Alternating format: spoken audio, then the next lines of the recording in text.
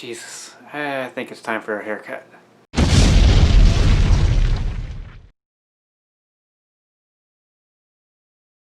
Hey guys, this is Justin at the Survivor Review, and I have a pretty big Blu-ray haul to show you guys. Because over the last couple months, during that quarantine that was going on, I wasn't doing anything, which meant I wasn't really spending any money, so I decided to splurge a little and pick up a handful of Scream Factory titles that I wanted to get, mainly because these were all going out of print. In fact, a handful of them have already gone out of print in the past month or so. Because I ordered these back in mid-April, I just didn't receive them until like the end of May. Also, there's a sale going on for all of their out-of-print titles, so I figured I might as well just jump on it and get these before I miss out and, start kicking myself because I missed out on stuff. Because I actually had already missed out on the main one I wanted to get. Well, there's two main ones I wanted to get that were going out of print. And the first one, I had it in my carts, and I was trying to figure out like what other orders I could get so I could add up to like $50 so I can get free shipping and everything, and like the next day, it was out of print. And that title was Monkey Shines, which I'm still bummed I missed out on Monkey Shines. I love that movie. But I was able to get the second one that I really wanted, and the best part is I was able to receive it with the slipcover, which shocked me, and that is Invasion of the Body Snatchers, the 1978 remake. Which, I love this movie. Sam and I reviewed it actually for our Halloween series a couple years back. Fantastic movie. And I've been meaning to pick this one up. In fact, I was going to pre-order this when it first came out because I really wanted to get the poster because I actually love this artwork. I really like the new artwork on here. I think it's fantastic and I wanted a poster of it. But for some reason I didn't pre-order it. I didn't get it.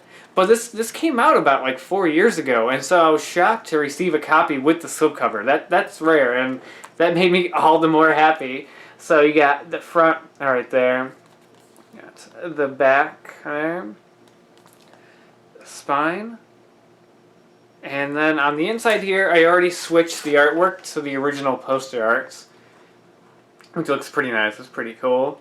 Even like the spine kind of continues it with that like orangey color, which is pretty neat. Like that. Back is actually the exact same thing. Nothing different than the slipcover. Inside there you got the disc, which I love how it uses just like some old school poster art for the movie. That's pretty cool looking.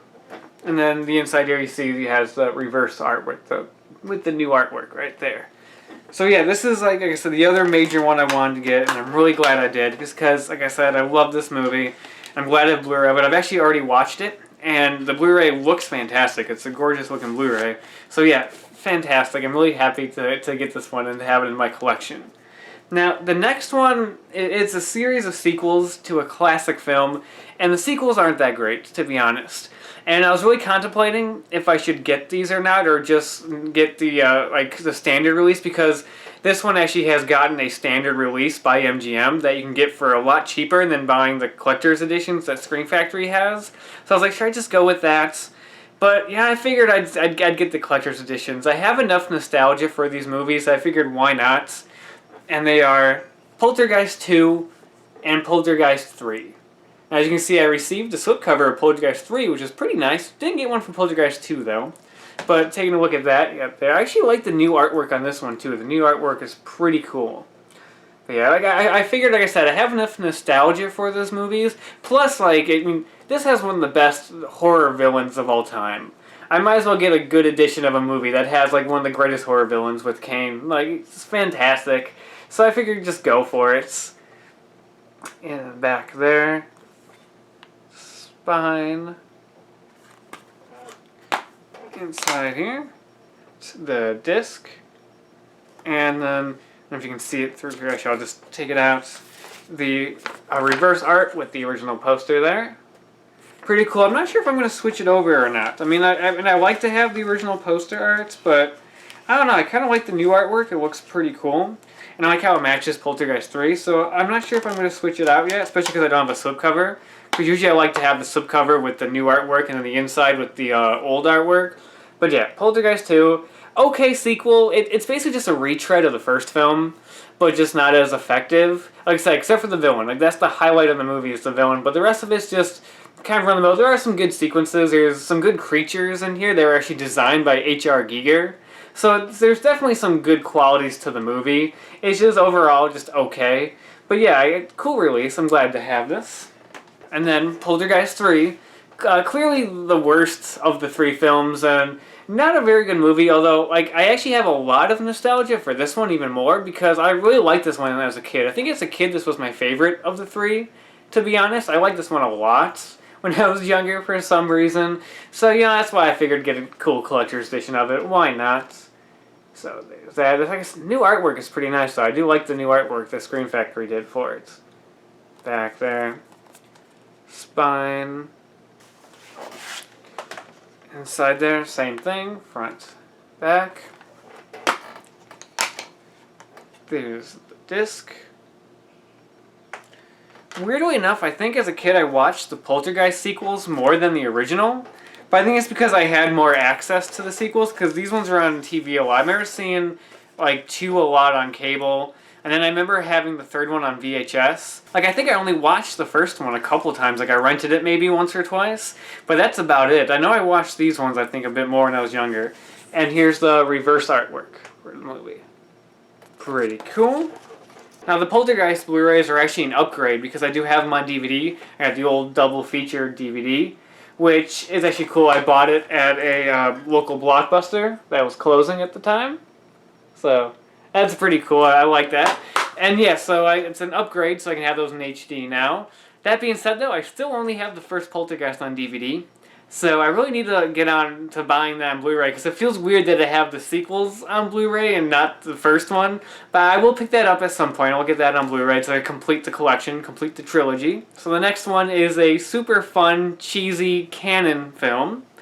Ninja III: The Domination. This is the collector's edition because Scream Factory did a standard version and then they did a collector's edition a few years later.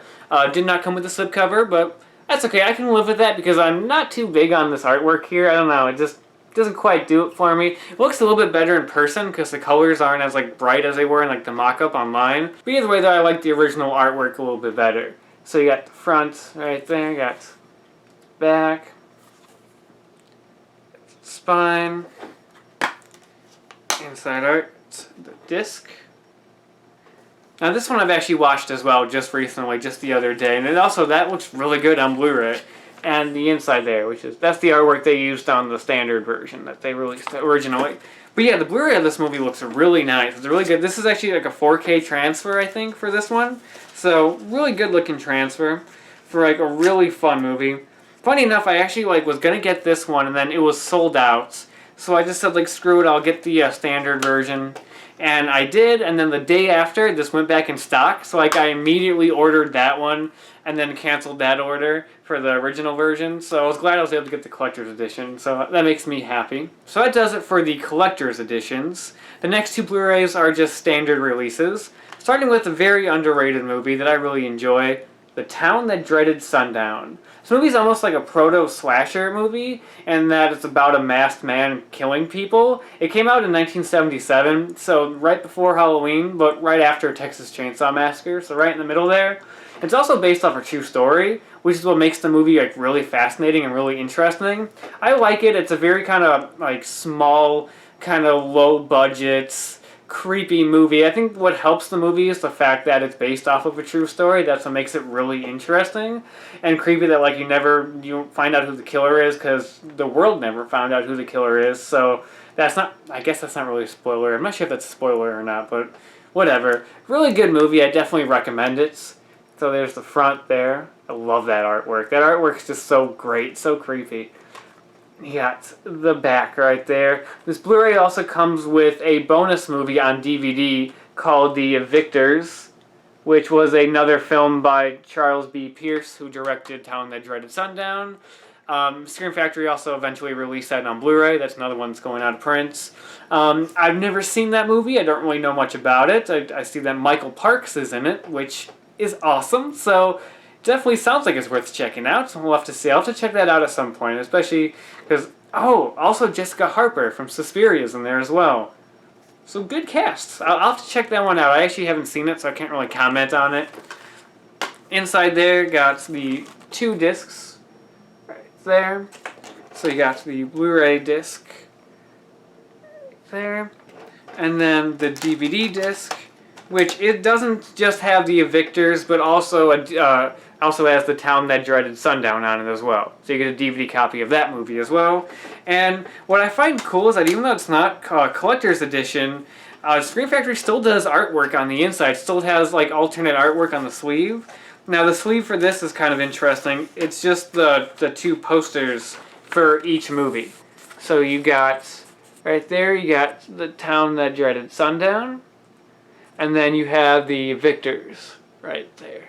So that's pretty neat that they include artwork on the inside, even though it's not a collector's edition. So just an extra little attention to detail, which was why I liked Scream Factory a lot. And that brings us to the last movie that I picked up, the sequel to a classic 90s horror movie, Candyman, Farewell to the Flesh.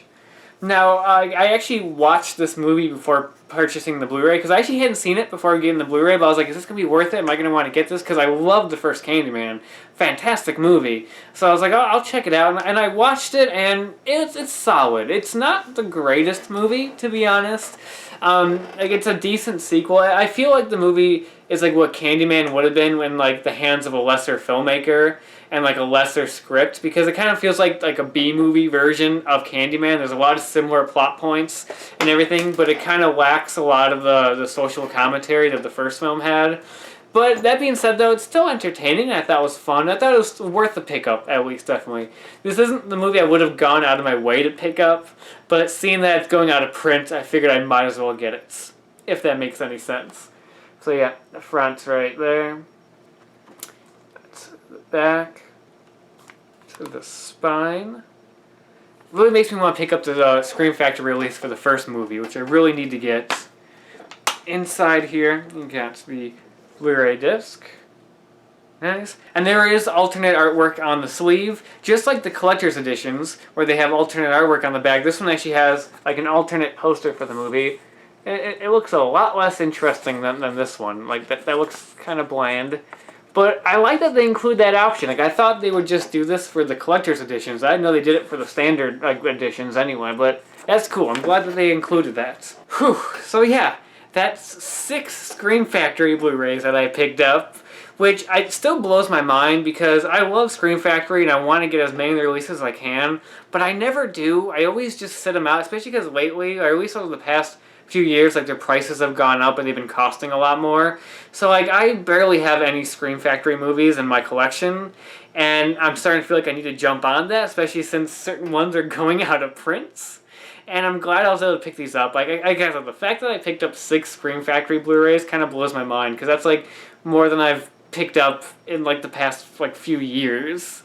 You know, but I'm glad to have them. I'm glad to have them in my collection. Got some great stuff in there. Some, you know, kind of decent, some kind of schlocky stuff, but some great stuff in there as well. So yeah, that's like my big Blu-ray haul during the quarantine. I just bought a bunch of Scream Factory stuff, you know, because why not? And I'm glad I did, especially with them going out of print. And yeah, that's all I have to say for now. So until next time, I'll talk to you guys later.